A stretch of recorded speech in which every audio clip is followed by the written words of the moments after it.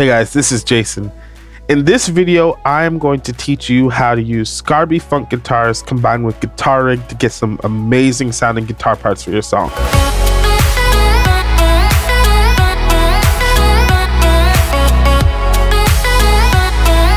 So first off, if you haven't seen my other video about using session guitars, which is the same thing for acoustic guitars, in that video, I essentially made this.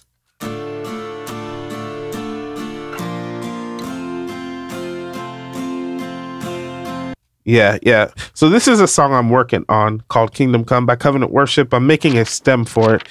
And right now I'm on making the electric guitar part. All right, so we're in Logic. Let's get the process started. We have to create a new software instrument track. This is going to be contact. It's going to be outputting to 1 and 2. All right, I like pictures and labels.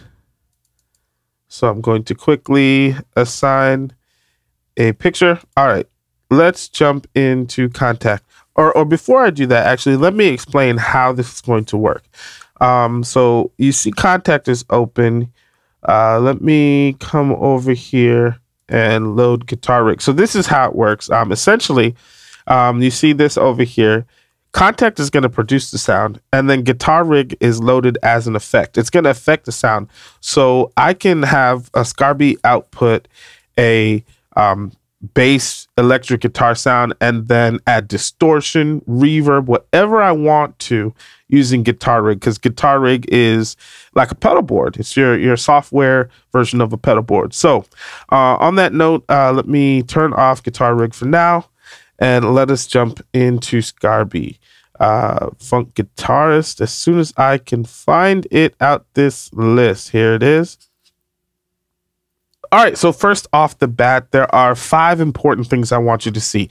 One of them is here, this thing here that says chords. The other one is this thing here that says grooves here. These are different tabs that you'll need to use in order to utilize this plugin or this audio unit successfully.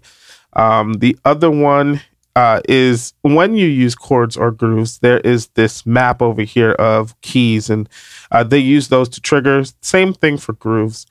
There is a manual mode in the grooves, which we'll go over, which lets you control exactly what you're hearing in the groove. And then, of course, down here is very important. The actual keyboard, you can see the lights. If I had a complete control, it'd be showing these lights.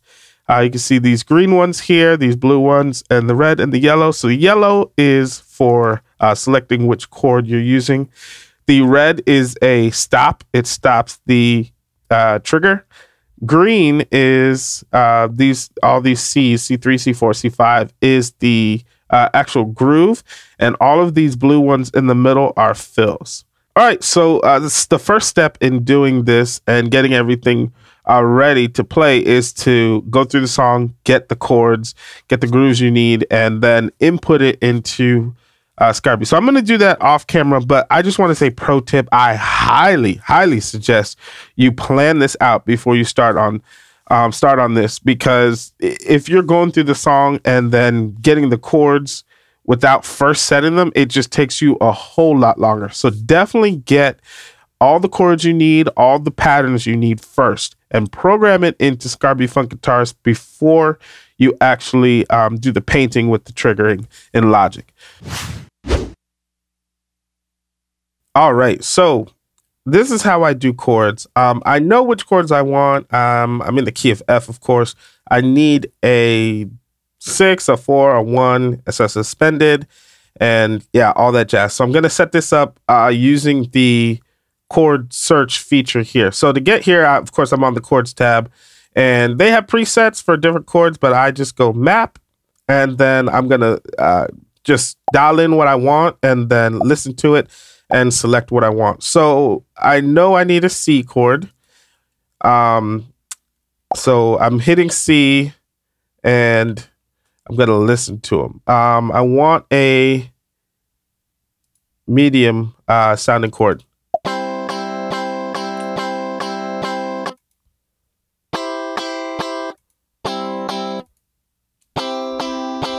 Once you find the one you want, you make sure that the pencil tool is selected and you come down here and you write it in. Also, I want a C suspended. So let me find where suspended is. Here it is. C suspended. Let me listen to them. All right, so I want this one. I'm going to paint it right here.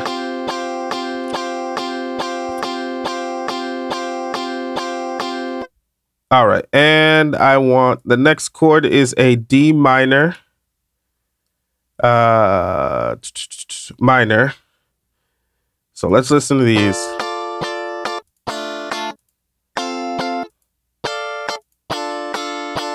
All right, so this is the one I want.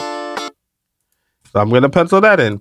So yeah, you get the concept. Essentially, I do that and I go through all the chords I need. Remember, planning is key. So since I've already planned, I know exactly which chords I want and I'm going to paint them on the different keys. Now, the way I do it to make it easier is to put the key on the key. So for instance, I put C here because this is C.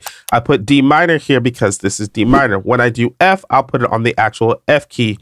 When I do B flat, I'll put it on the actual B flat key. Now that just helps me when I go into Logic and I start painting and putting the MIDI notes where they need to be. I can just use the actual key of the chord.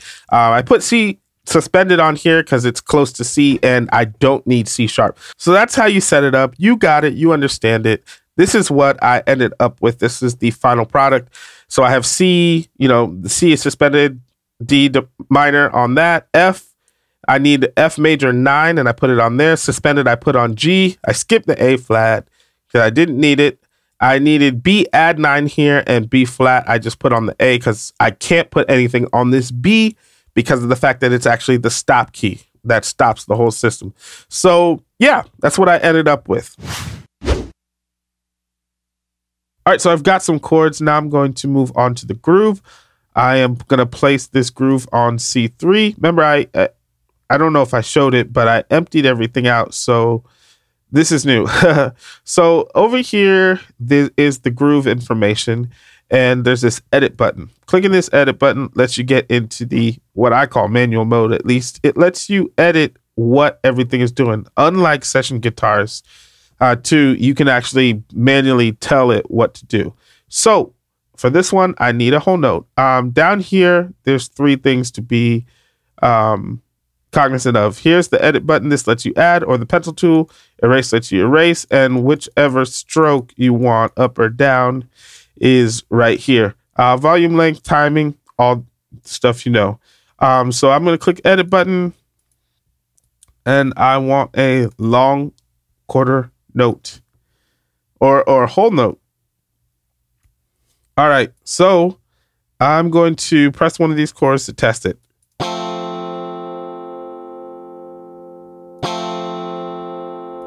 Yep, that's good. And it's going to keep repeating until I stop it. So I'm going to hit the red button or the B. All right, so that's good. Let's move on to the next one. I'm going to go up here to C4, click on C4.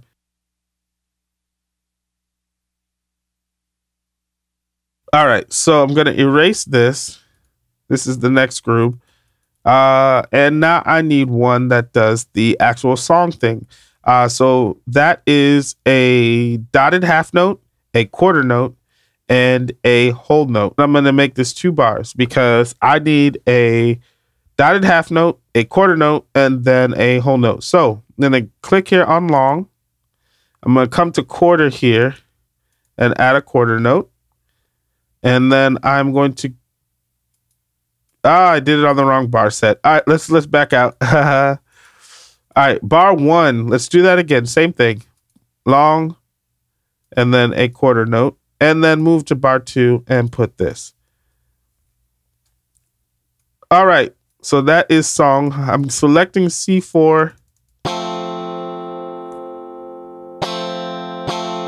Yep. So the song goes what?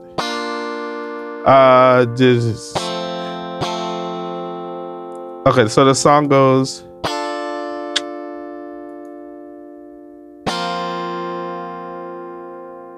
Yeah, I'll have to do it in the song because it'll sync with the thing. All right, so with this last one, I need eighth notes. So I'm going to take this grid division and set it to 8 and come over here to smooth and mark this up.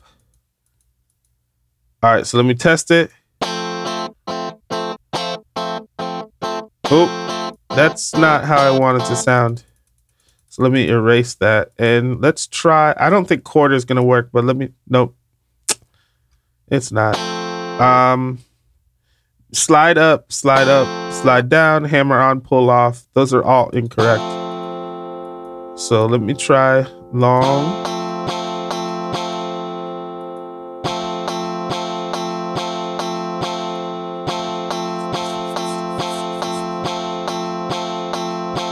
All right, cool. And that's exactly what I need. All right, guys, so we've got all that set. We are back in Logic. First thing I'm going to do is create a MIDI region. This part circles around 4 now, or is 4 bars long. Now, the first thing I've got to do is extend this because I always want to have it trigger before the actual note so that it recognizes. If you try to trigger it on like beat 1, it's going to try to make it, but it just might not make it. So that's something I definitely want to do. Actually, before that, what I'm going to do is come here and create a MIDI region, and this is going to have the stop in it. Let's do that. Extend it by 1, and we need this B right here. All right, so that has stop in it. I'm going to put this back where it needs to go. All right, so what did we do? What do we want in the beginning? We want his eighth notes, which I put on C5. So let's come to C5, create note. All right, so it's going to follow C5. Now, the actual chords are on C2 through whatever. So it's F. It's D minor. I tried to put these on their corresponding notes. B flat, and then F.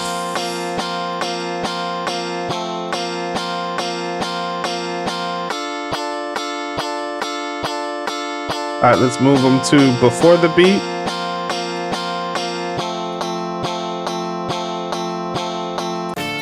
All right, so let's try it. Hopefully it's loud enough to hear. 2, 3, 4.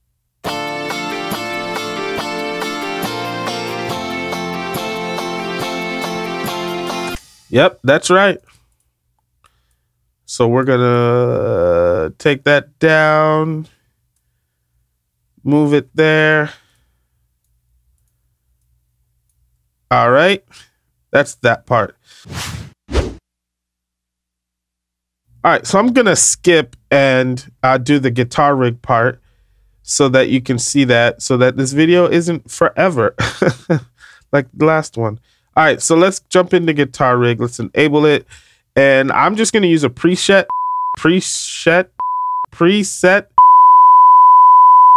All right, so I'm just gonna use a preset to show the concept, but you can tune this how you want, and I'm gonna use this part. Here we go. So it's gonna start playing in a second. Actually, I'm gonna turn it down slightly.